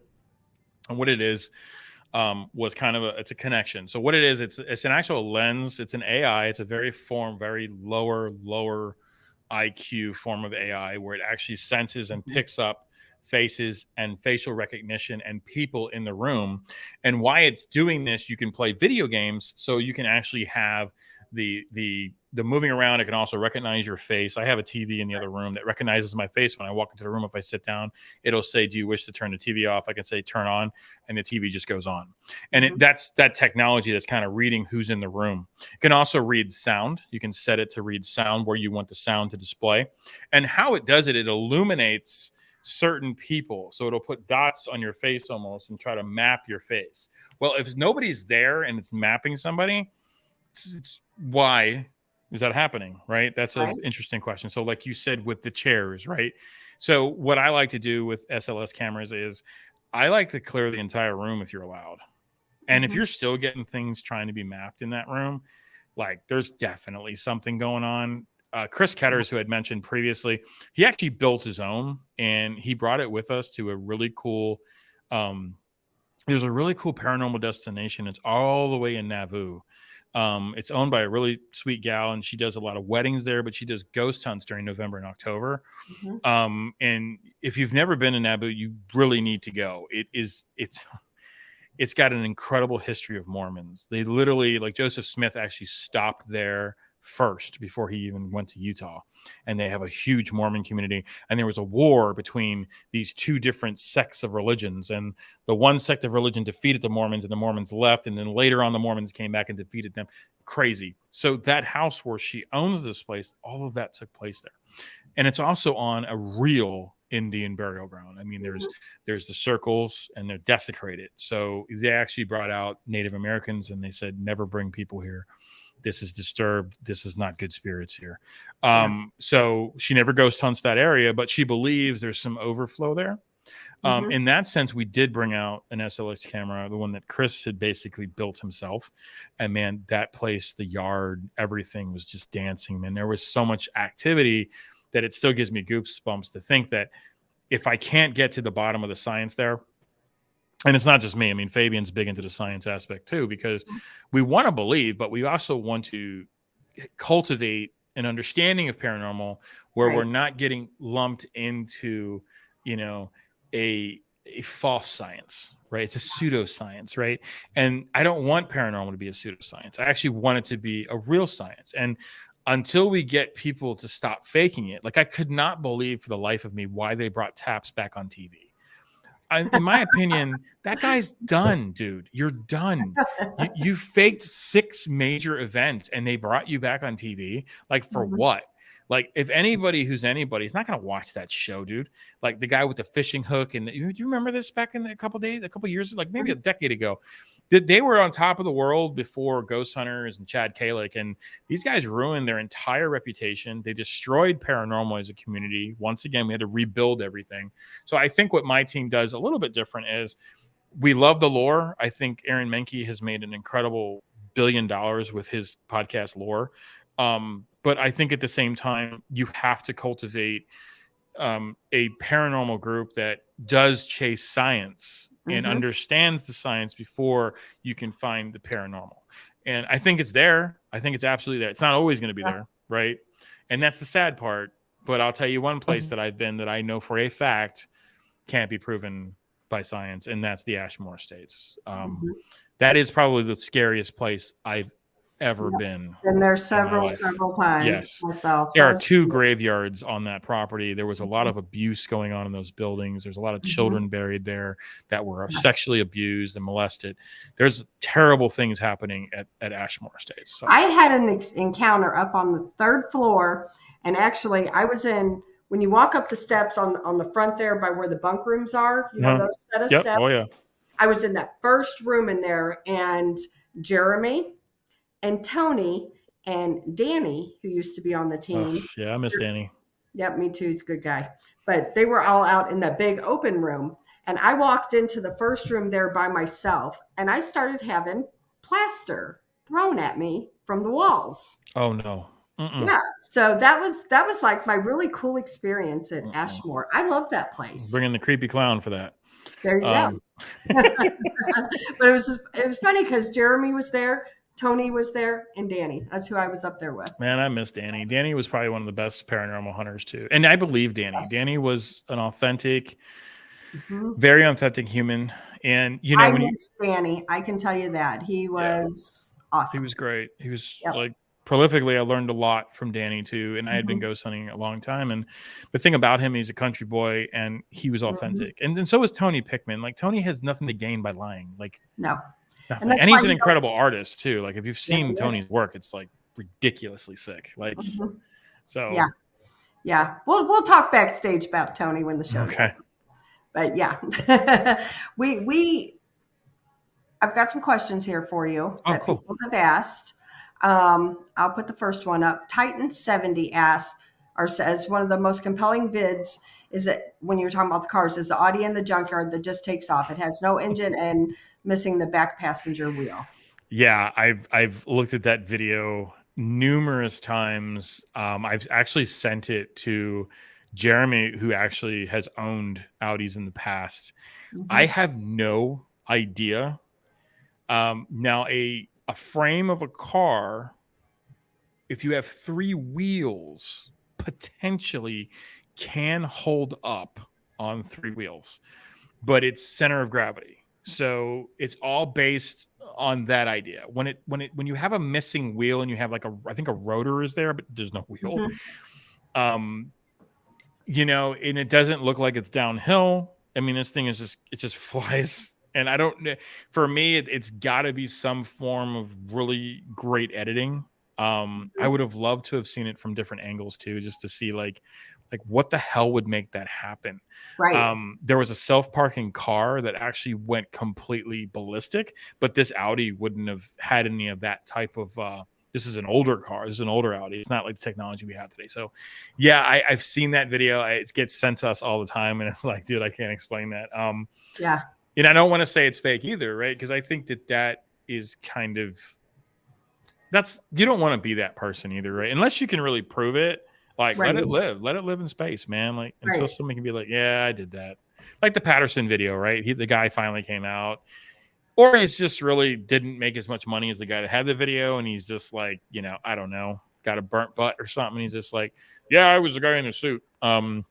So see, I got to disagree with you on that. I'm a huge believer in the Patterson Gimlin. A lot of people are. Yeah. And you know what, Frankie? I want to take you and Jeremy and Fabian to a place that Brandy and I go to. We have seen these creatures, and it wasn't just the 2 of us. There were several of us there. They would peek out of trees and come back. And then right after that, we seen orbs with our eyes in the woods. And we were in the middle of the freaking woods.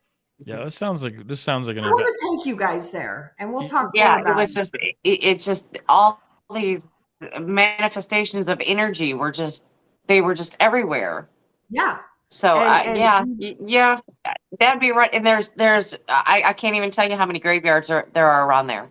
So I yeah, mean, yeah, I'm this down. this sounds like it'd be right up and it's your right alley. there in Kentucky. Honestly, from St. Louis, it's only about three and a half hours. Perfect. I Yep. mean, if you really want to stand in a forest with Jeremy and Fabian, I'm down. Like whatever. Well, I've I stood in dark rooms I with know. Jeremy and Fabian. I know. What's So the difference? Yeah, never trust a fart around Jeremy. That's the truth. I remember that. Okay, I got a question for you though. What do you think about EVP recorders? We definitely use them. I think EVP. It depends on what class of EVP it is, right? You know, there's different stages Mhm. and classes of Right. EVP. Some of it's undeniable. Mhm. I mentioned him this now a third time. Chris Ketters, I think, has one of the best EVPs. Mhm. It's what got him into the paranormal, and Right. it was at the Hannibal Church, and that is a scary freaking EVP. And I think that I think me and Jeremy kind of stand with like EVP is probably one of the go-tos, especially if you don't want to buy equipment. This Yeah. thing right here is an incredible recorder. Like even the Androids have incredible recorders. Just like put your record on, place it somewhere, and ask questions. Yeah. I think EVPs are great. I don't disprove EVP. I think that yeah, it could be background, it could be somebody messing with you, Mhm. but sometimes it's like if you have. We used to have a really good core group of ghost hunters. We were all on the same team. We know each other, that we were authentic, and we would never do that because we don't want to ever be labeled as a paranormal plumber. Mhm. And some of the stuff that came out of Pythian Castle was really creepy. The Mhm. one time I did it with Danny, um, me and Danny were sitting in the theater and we had to switch teams. So just so you guys know, like when you go on ghost hunts, there's a team change. So you're not all ghost hunting one area. Everybody gets different areas, and then Right. you do switch. We'll go on to walkie talkies, and then all the team will go to the first floor, second floor, basement, and then Yep. you do that. So me and Danny, and we get tired because it's probably our second night doing it, and we're really there to moderate and just help people with the ghost hunting stuff. Right. So we're sitting in the theater, and these two people are sitting on the they're sitting on the stage, and it's like switch, and then Danny's like, "You two got to go. Like we're gonna switch now. We're gonna," and they literally just vanished. Wow.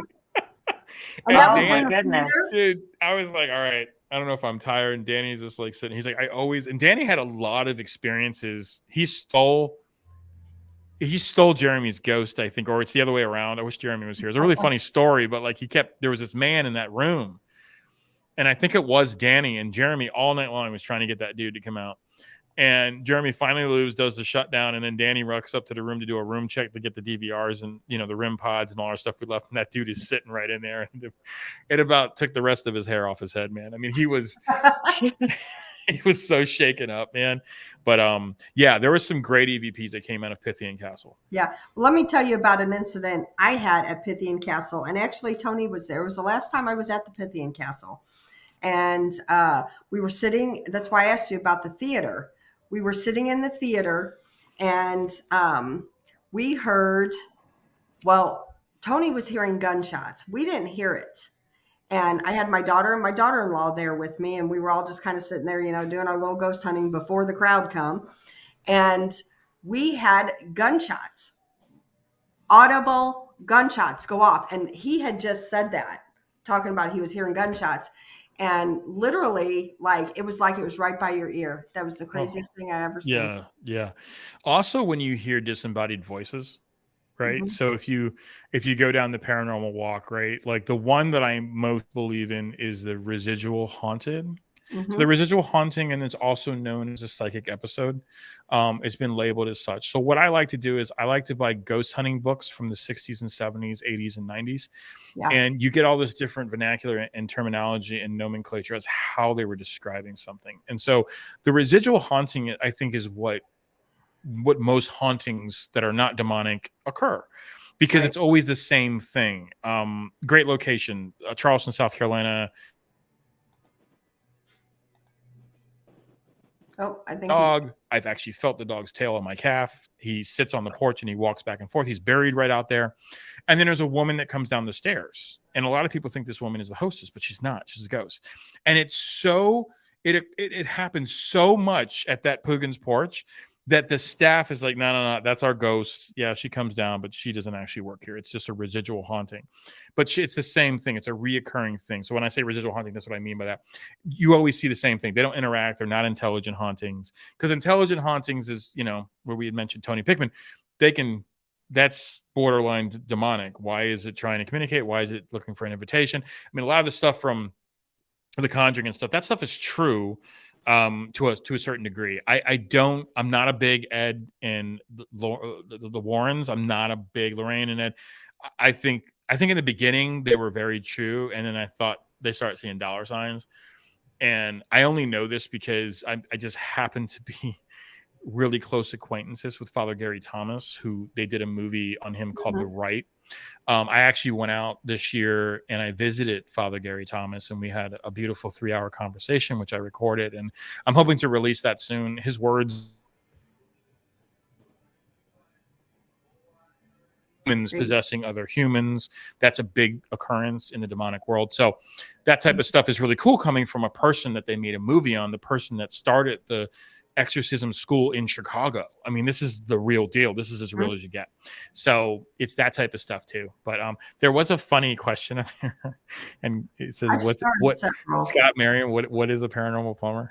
Yep, I did start that one. To ask you. So I can't take credit for this. This is a Jeremy thing. But basically what a paranormal plumber is somebody that basically is just trying to get attention. So they're inventing stuff, whether they're faking photos or they're faking videos, but they claim to be like a really good ghost hunter, but most of their stuff is faked, and they can find out. Zach Baggins gets a lot of shit, honestly. I mean, people give him so much, but Zach, to my knowledge, he's never faked anything. Like he might get a little exacerbated about getting possessed by a toothpick and everything he touches possesses him. But aside from that, demon, demon. How are there that many demons? Like they're all in Zach. Like Zach, there's so many demons. He's like a demon magnet. It's never a ghost with Zach anymore, which is really funny. It's always a demon. It's like you can't even get Uncle Charlie to come out, but it's like.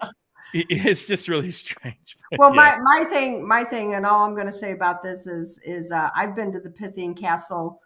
Oh my God, 10 times plus. Yeah. And when a certain TV show come on and said there was a demon at the Pythian Castle, I wholeheartedly disagree. I've been there too many times, and I know for a fact there is not a demon. Yeah, I mean, Melissa, who is a good friend. I'll say about that. Yeah, and Melissa, who ran the tours there for a very long time. I was good. Mm-hmm. I was close with her for a while, and I think she had something going on with her. But I mean, she was the first one to tell you that no, she's never. Even the owner never sensed anything mean or demonic there. I mean, that's why I like Pythian Castle. It's a great first time. They pull great events. It's not just PTF doing them. I think another group does them too. But even if you just want to go for the ghost story and you're in Springfield, Missouri, which has Hertz Donuts, and that's a reason to go. Right. So like, I think that, it's one of my favorite. I think it always reminds me of me, Greg, and Jeremy. I think it's just that it has that je ne sais quoi for me, that it's like, I miss us. I miss our team. I miss, how we used to do this. I know that a lot of Nick and Nikki have their own team now, and I know that we're part of Nick and Nikki, Brandy and I. That's right. And Dana's on your team. Yes, Dana Tucker is. Yes. Yeah. So it's like you guys have done some great stuff, and a short term too. Like, but it's just like when you have that. It was just that point in time where I think everything was right with that team. Here's the thing, we pulled away from the previous team that we were all on, the drama, and as we kind of talked about backstage, we are drama free, blondes and booze. We get along with everybody. I don't care if you don't like this person. That doesn't mean they've never done anything to me. Yeah, or blondes. Yeah. So we we're friends with everybody. And I don't agree with the paradrama that goes on. you know? And a lot of that comes with relationships and people on the Mhm. team, and like we have a rule, and we've always had a rule at Shift Films, which is our larger production company, which produces all this stuff, which gives all the money out and basically takes losses every year. But we have a lot of accolades. We've done very well for ourselves in the podcast industry. We have national awards, so we've done good stuff. We haven't Mhm. made a whole bunch of money, but we never got into it to make money. We got into it to entertain and excite people about the stuff that we love, right? I mean, that's while You froze up on us, Frankie. took yes. Um, um, so did Jeremy. Took French, and he knows like one thing is like it's like, may I have a hard boiled egg or something like that. It's the one thing he learned in high school, guys. Anyway, but I think that there is a level to, you're always going to get dramas in large groups of people. Hmm. The number one rule we have on our sets in our production is that I'm not going to use the F word here, but you don't F the set. You don't date our core. You just can't. Right. You just don't.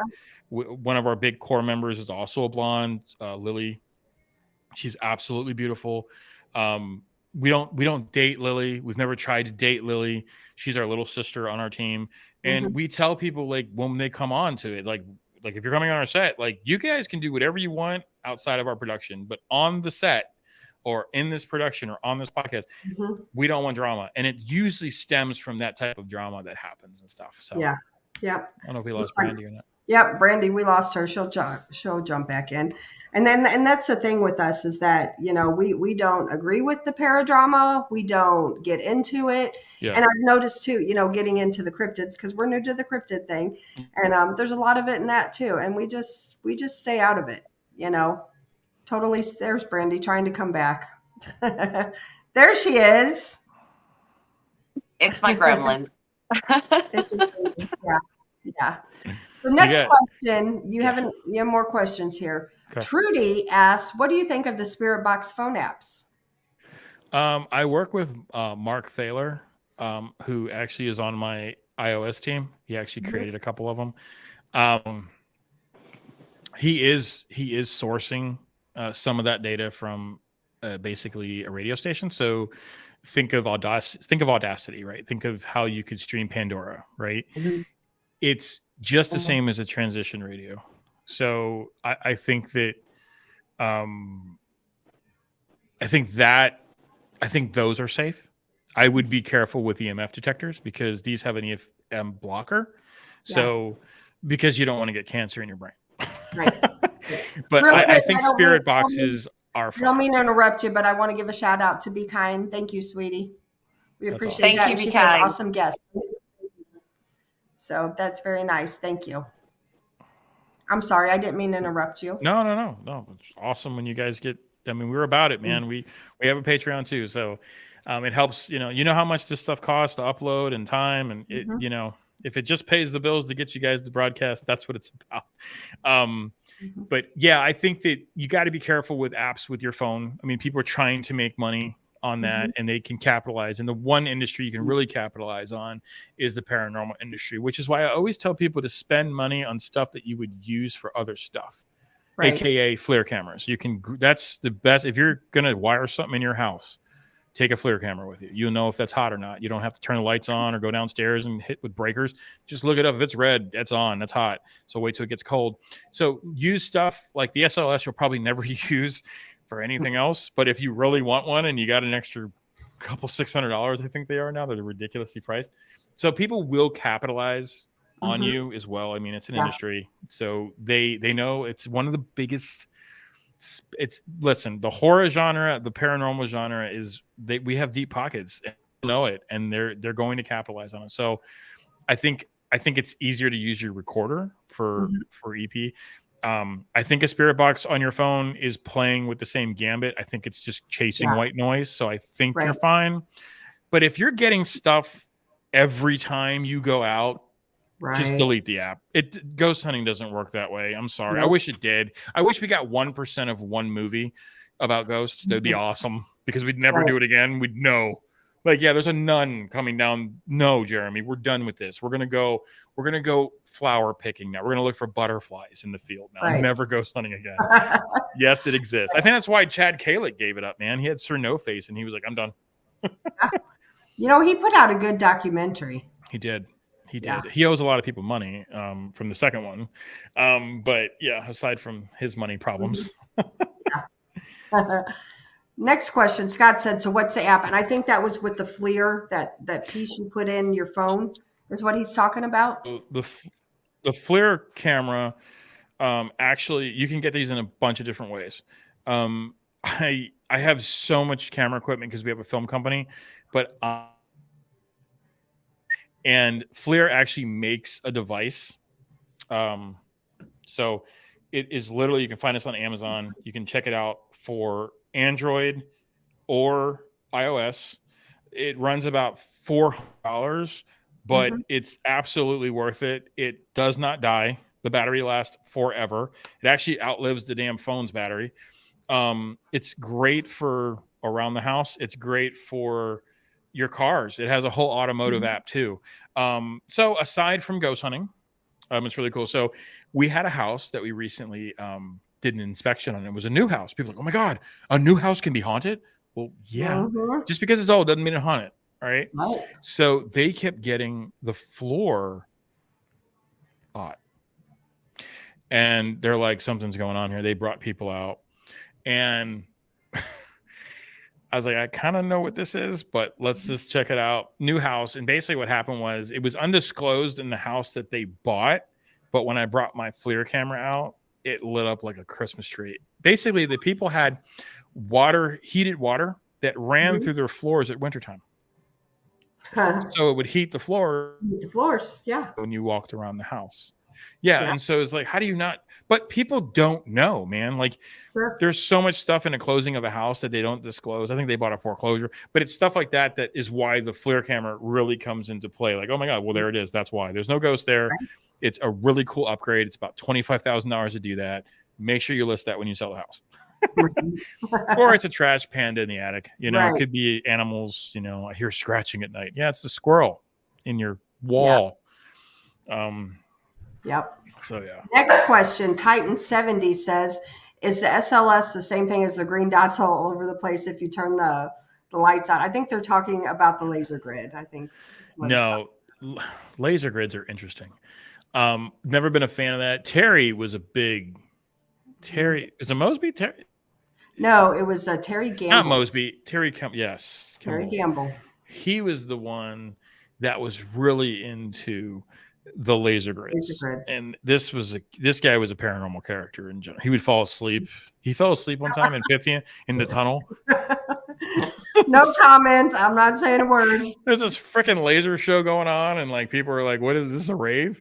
But allegedly, how the lasers work is that you can capture a shadow person because you've been dead for 200 years and you can't figure things out. So like this is the funny part about paranormal, and you get this from our show a lot. Is the cognitive response, like when you're dead, like because like it's. Have Japanese like POWs down here. And I'm like, why are you talking to them in English? It's like, did they learn the language being dead? Like it's stuff like that just really like I find fascinating that people like we don't know. Maybe they do. Right. But to have that type of cognitive response would be pretty amazing. Like, you live your whole life to wiggle a door handle for eternity. Now, I will say I did see something weird one time on a laser grade, and that was at Shoal Creek Living History Museum in Kansas City. And it was in the church area. And I was in there with Danny, and Terry had his laser grid set up, the big green lights, and we did see something break the grid. I was not at that one. That is a story. You got to have Jeremy back. We'll come back on. Sure. We'll get our schedules better. But Jeremy had one of the most horrific experiences that night with Danny. And maybe you would have involved in that too, but that's when they chased something. And I think it was off a FLIR camera. Yeah. And it was this thing like moving on the floor. It was really creepy. And then they chased this black shadow, and you guys never went back to the Shoals Creek again. But that area As a team, they did not, but I have been there quite a bit. That place is reenactment, Civil War. Yeah. Yeah. It's very active there. Like he was like, that is one scary place. So yeah. Yeah, it's an interesting place for sure. Be kind just says, did I miss him explain the difference between laser grids and your question? So be kind. Laser grids are basically just like a bunch of lights that you can put up to a wall. And theory behind it is a spirit or even a person that, you know, a living person can walk through it and they can break the grid. Break the grid, So, essentially. It's the right, same thing that you would use like during Christmas time, the laser grids you put on your house and it projects the lights. right. You're just doing that inside a room and you're Yeah. waiting for a shadow to kind of come across it. Now, like you said, I mean, people have had Randy says I've been kicked off. Honey, I did not kick you off. So unfortunately, she's not probably having issues blonde. getting back on. So Oh, yeah. Anyway, no, this is cool. I want to have you guys back. yeah. Yeah. I mean, the whole crew together is we do a man trip every year. Yeah. And it's most of our commentary and content come from this week where we all spend time together. Mhm. And we go and we try to debunk something. So something that's like we were given an impossible task by one of these comments on our sites, and it was like, well, if it is true, like I've always thought that Gettysburg was all a bunch of BS. I looked at Fabian, I'm like, I don't know if I can debunk Gettysburg. There was a lot of death there Right. in a couple days. I don't know what, and be more specific, like what exactly do you want debunked?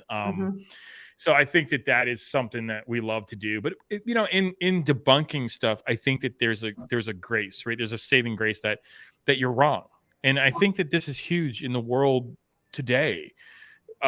With our presidents, with our politics, like we don't say we're wrong anymore. We don't apologize anymore. Right. We kind of like live the lie. And the thing I love about ghost hunting is being wrong about debunking, especially debunking. Like, yeah, dude, I don't know. And we've been to places where like, yeah, you can definitely debunk this place. And then we'll go in there and it's like, yeah, there's something definitely off here. And that's what I'm saying. Like you were saying this earlier and it was brilliant. You don't need these gadgets to be a successful ghost hunter. Right. You really don't. Use your internal, because when you're in a dangerous situation, right? Usually right before something happens, you're like, I don't feel right. Something's out. And you continue to you deny this sixth sense. And then you end up getting hurt or in an accident. If you truly wake up in the morning, you're like, I should not go to work today. Just don't feel right. I think don't go. Trust the voices inside your head, trust your feelings, trust your gut. Even if you're around living people, right? Because this is the disembodied, right? When we say disembodied, what that means is that's a human that has passed. Okay. So that's the spirit of some human, not a demonic form, not another entity from a parallel universe or wherever your mind plays. So disembodied people in life, they could have been that person that you just got a weird feeling about. That as in life, so in death. So like those are the type of things. But yeah, I think that is something. Yeah, be kind. I think you misunderstood Frankie. She said Gettysburg BS. No how. I think you misunderstood. He said just the opposite. There's be kind. We were actually tasked by somebody to be like, well, I think Gettysburg is BS, and we were like, I don't think we could debunk that. But I have never been to Gettysburg. My team has, and I trust my team. And it's like, if you're not into the ghost, that's the place you should go. That's the first place you should go, because you're guaranteed an experience there. You are guaranteed it. There's 3 days, 25,000 lives, not to mention all the limbs that were lost. So yeah, that's heavy, man. If I was given the question, like, where would I go to ghost hunt? I would go to Lighthouse in St. Augustine. 100%. I'd go to Gettysburg. Yeah, I would go to Gettysburg. I would definitely go to, if you like pirates, I would definitely go to Savannah and Charleston. I'd do a double trip. I would do Pugin's Porch. That's my favorite haunted destination, because this is the side of haunted we don't talk about. The cool ghosts, like Buster Keaton's house. Right. He's a practical jokester. He doesn't want to possess you or something. Right. There are some really great stories. When I was in Colonial Williamsburg, there was a bed and breakfast we stayed in, and they quartered off a room and they did a tour of it, and then they explained why we don't have anybody in this room, and they left this room in this beautiful house. It was called the the Apple residence. I think something like that. It's probably Mhm. changed since then. But there was this beautiful story about the two owners of the house. They kept moving furniture into this room and making it another bedroom. Mhm. And they would go in there, and then the furniture would be all moved in disarray. Yeah. And they're like, somebody's playing a trick on us. And they kept doing it, and the same result. And so the husband said, you know what? The rest of this house is great. I think somebody wants to just keep this the way it was. And Yeah. the story is, I never saw this, but the story is that they moved all the furniture out of the room. And then one night he was walking by and he Mhm. saw this couple dancing together. It was their ballroom. Wow. And it's where they used to hold all these Mhm. balls. And it was the coolest thing. He said he wasn't afraid. He didn't fear. And they didn't interact. They just were doing their thing, and they just wanted, Wow. and they kept that room roped off. And the whole house you can rent. You just can't be in that room. And they would tell guests, do not go in that room. Just don't. Wow. And people respect it. It was a really beautiful home, and just a Mhm. really cool story. Like those, there are so many really cool stories out there. But we delve into the salacious, we delve into the suicides, Yeah. like Lemp Mansion, unfortunately. But the Lemps were a beautiful family, aside from the Mhm. tragic ends that they had. So it's stuff Yeah. like that kind of gets my goat going. Right. Right. You have Be Kind says, Frankie, I just really like your style, your blend of scientific analysis and the allowance of what is unknown. Be Kind is awesome. Yeah. Yeah. We can't know everything. Mhm. But we can educate other people as to what we've learned, and then Yeah. they can take it a step further, right? That's that whole exchange of energy, but also exchange of knowledge in this industry, because Absolutely. it does get full of drama at times. Yep. That it does. That it does. We're coming up to the 2 hour mark. So we'll call it night because usually our shows only go an hour and a half. So I do want to have you guys back, but I want to have with all three of you guys. So Yeah. definitely Yes. I'll reach out to you and we'll come up with the date for sure. Yeah. Well, I appreciate we connecting. I mean, I haven't seen you since, unfortunately, Greg's brother's passing, and Yep. yeah. So yeah, it was great connecting with you again. But yeah, let's sure. get together, and I'll definitely we'll have Lily do it. Lily's supposed to be in charge of she's our manager. She's supposed to be Mhm. managing it. So she was pissed as all hell on the thread today. She's like, you guys are terrible at communicating. Like, I'm handling this from now on. I should be handling this from now on. So I'll get with her. We'll coordinate it. We'll make it happen. But Yeah, thank you. for You're so gracious, and you're awesome. Your guest and everybody was so nice and kind. So thank you. Yes, thank you for coming on. Seriously, I really, really definitely appreciate it because, I mean, you guys are just a wealth of knowledge, and I like the scientific approach. Yeah. And that not everything is paranormal. There are reasons for things that happen, and I'm not naming names, but there's a lot of teams out there that say, "Oh, it's paranormal. Oh, you have a ghost." No, you don't. And I'm all about helping the clients, but I want to help them in the right way, Right. and if it is paranormal, we'll go that route, but we do everything we can to try to figure out a reasonable explanation, as do you all. Yeah. The best ghost hunters are the biggest skeptics too. Yep, absolutely. So appreciate everybody. Tune in tomorrow night. We have Richard Eastep is our guest, and that's it. Hold on, Frankie, don't hang up. Okay. End of the show. So we'll see y'all. Good night.